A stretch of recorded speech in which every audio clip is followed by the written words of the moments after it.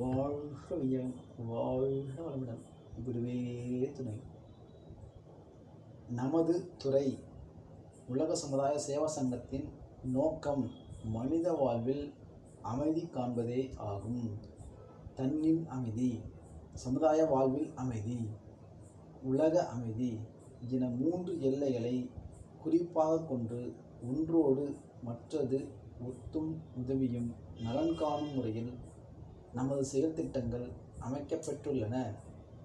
நமது நோக்கத்தில் வெற்றி பெற வாய்ப்புகளும் சூழ்நிலைகளும் அமைந்து நாம் செயலில் இறங்கும்போது சில பல முன்னேற்றமான செயல்களை பின்பற்ற வேண்டும்.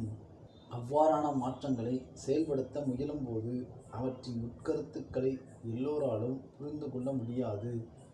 அவரவர்கள் அறிவு வளர்ச்சி பெற்றுள்ள அளவில் அவர்கள் வாழ்வில் கண்ட அனுபவங்கள் வரையில் எல்லை கட்டி கொண்டு அந்த எல்லைக்குட்பட்டே எல்லாரும் எல்லா நிகழ்ச்சிகளும் செயல்முறைகளும் உருவாக வேண்டும், நடைபெற வேண்டும் என்று எண்ணுவது இயல்பு.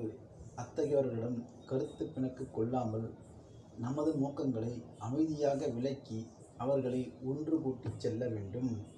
நமது நோக்கம் உலக அமைதி, நமது செயல்முறை தொண்டு, நமது துறை ஆன்மீகம், அருள் விளக்கம், யோகம் இவற்றில் பிறரை கட்டுப்படுத்த இடமே இல்லை. ஒவ்வொருவரும் தம்மைத்தாம் தகுதியாகவும் இனிமையாகவும் சீரமைத்து கொள்ள வேண்டும்.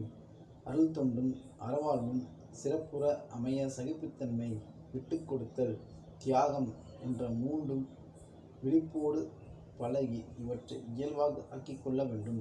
ஒவ்வொருவரிடமும் நிறைவும் இருக்கும், குறைவும் இருக்கும். அவையாவும் காண்போர் கருத்தில் ஏற்றத்தாழ்வே ஆகும். எனவே நிறைவை நாடியே செல்வோம்.